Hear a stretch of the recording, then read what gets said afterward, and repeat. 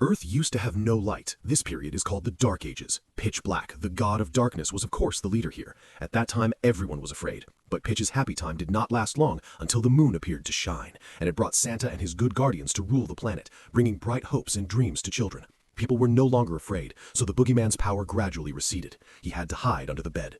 Jack Frost woke up from a frozen pond. Under the dim moonlight, he gradually regained consciousness, but could not remember what he did or why he was here. Jack found a magic stick that could freeze anything. He happily jumped up and down on tree branches. Then Jack saw a small village in the distance and immediately flew to scout. But strangely, everyone ignored the guy's greeting. Everyone couldn't see or hear him. Jack was like a lost soul wandering on Earth. In the blink of an eye, 300 years had passed. Santa Claus was making toys from ice. Harry walked in to report that something was wrong with the globe. Santa Claus saw the lights on it flashing continuously and was surprised and didn't know why. Suddenly, a strange black magic worm covered the Earth, turning into a smiling devil. The old man knew something bad was going on, so he started the machine that released dozens of auroras. The Tooth Fairy, who was having fun, saw the signal and flew to Santa Claus. Guardian Sandman also quickly arrived by plane, and next to him was Guardian Bunny. They were all responsible for protecting and nurturing children. Santa Claus announced that there would soon be a boogeyman at the North Pole, which was pitch black. The image just now was actually an illusion he sent. Bunny was upset, thinking the old man was mistaken, and the two argued with each other. Sandman saw the moon approaching. He wanted to tell them, but because he couldn't speak, he used a goblin to ring the bell to attract attention. The moon shone on the floor, showing silhouettes of Pitch and Santa. Santa was pleased with the rabbit. Then he asked what they should do now. The moon said Jack Frost would help them. Everyone was shocked because he wasn't the guardian angel protecting the children, even disrupting life because of that bang stick. This side, Jack as the god of winter liked to bring the pen wind to places, playfully teasing people. Deep down inside, he also wanted to be recognized and remembered by people. But it was enough to understand why they didn't like these mischievous games. Although this child had a very fun and memorable skiing experience today, at night he only missed the Tooth Fairy. Jack was so sad. He wanted them to be able to see him. While wandering along the electric wire, he met Sandman going to work. The Guardian was creating a beautiful dream for the children. Then Pitch Black approached, turning it into a terrifying nightmare. He did not forget to say hello to old Santa far away. Jack saw something suddenly passing by. It turned out to be a wandering rabbit. It said Harry made him put it in a bag. Then they all returned to the North Pole. In front of him were Santa and his guardians. Before he knew anything else, Santa declared that from now on Jack Frost was his guardian. The elves quickly began preparing the ritual. He slammed his stick on the ground in protest. Jack did not see himself as suitable for this position. When he learned that the moon told them he had chosen him, Jack was even more upset because the moon never told him. The rabbit also quarreled with the new recruit. Santa Claus took him to the toy-making room. Actually, the snowmen did it, not the goblins as rumored. They talked privately in the room. Santa explained to Jack that if he was chosen by the moon to be a guardian, there must be something special deep in his core, but Jack didn't know what else he had. At this time, Bunny ran into the Tooth Fairy's palace to report that something had happened. Santa's flying carriage was pulled out. The whole group sat together to go to the fairy. As soon as they reached the Tooth Fairy's home, they saw a series of black things stealing the little Tooth Fairies away. Seeing one that was about to be grabbed by them, Jack jumped up in time to save it. Santa used his sword to hit them, and a bunch of teeth fell out. The good fairy suffered when she lost everything, except for this good baby. The shelf man looked down from above and challenged, "I've come back to take it all." Bunny was angered and immediately rushed to fight, but could not. The Tooth Fairy was also angry and flew over. Then she was threatened by a black horse. A moment later, the castle slipped and fell down. That was the sign that children were losing faith in the Tooth Fairy. It was also because the fairies were all taken away, so no one rewarded them. As the loss of faith gradually grew, holidays such as Easter or even Christmas might also disappear. The whole group worked together to chase away the bad guy. The reason Pitch took the teeth was because they stored the children's childhood memories. Children could remember their childhood thanks to the Tooth Fairies. There were also Jack's teeth here. In fact, before becoming what they are now, the Guardians were once human.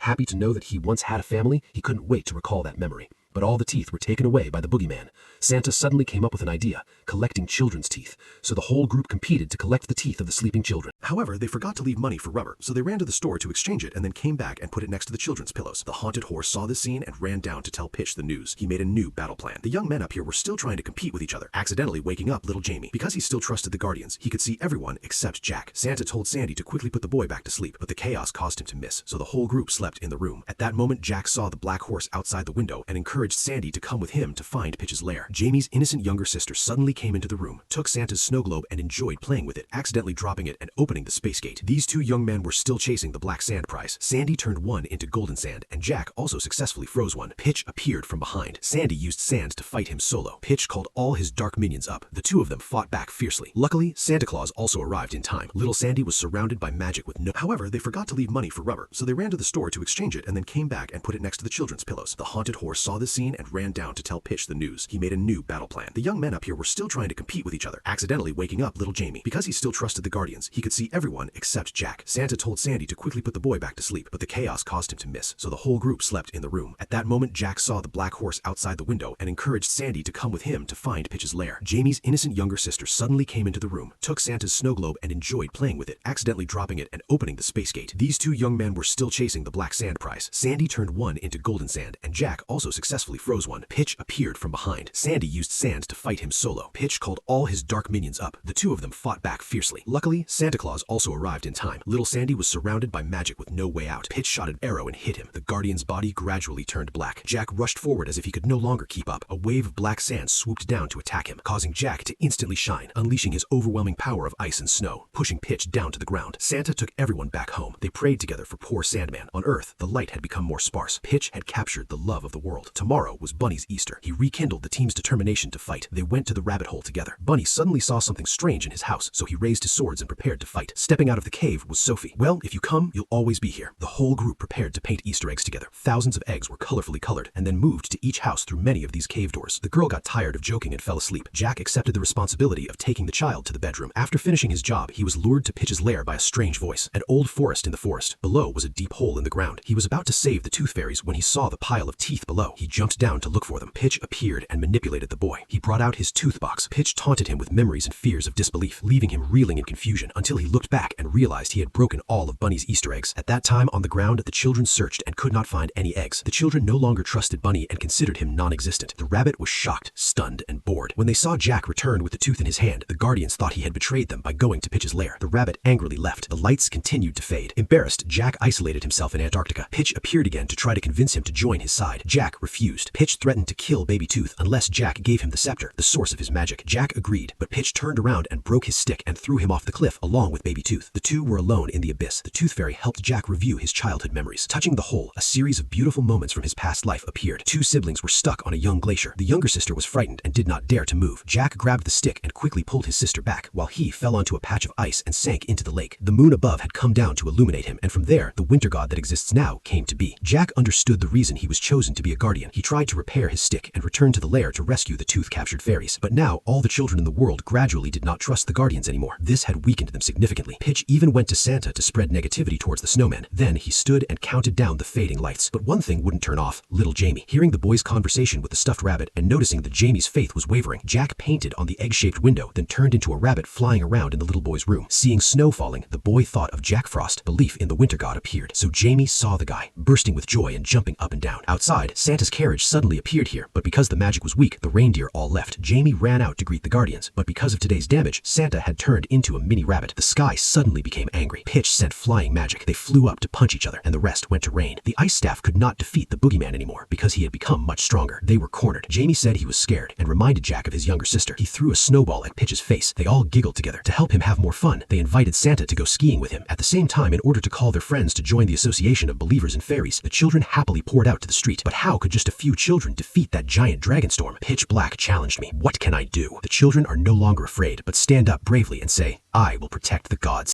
Jamie declared eloquently, "We believe you are real, but we are not afraid of you." Magic flew to attack them, and as soon as it touched them, it turned into sparkling golden magic dust. The Guardians regained their original strength, and the whole group rushed forward to fight. The children laughed and played without fear, touching all their nightmares. The Guardians gathered to fight the bad guy. Just as Pitch Black was about to attack Jack, a golden rope appeared to tie him up. Sandy was miraculously resurrected thanks to the children's faith. He flew up to give sweet dreams. There were dinosaurs and flying fish, and the kids played a fun snowball game together. Some people became invisible in their eyes. Pitch was so scared that he ran away. Santa ran out to stop him. The Tooth Fairy gave him a coin and punched a tooth out. Magical horses appeared around, and because they smelled Pitch's own fear, they ran to help him return to the shadows. Jack Frost, right here, is undergoing a ceremony to join the Guardians Association. Everyone clapped happily. At last, the reindeer cart arrived. They said goodbye to the children together. Jamie ran to hug lonely Jack. The chariot flew into the sky and returned to the North Pole. The movie ends here. If you found it interesting, don't forget to give me a like and subscribe to the channel. Now goodbye and see you again in the next videos.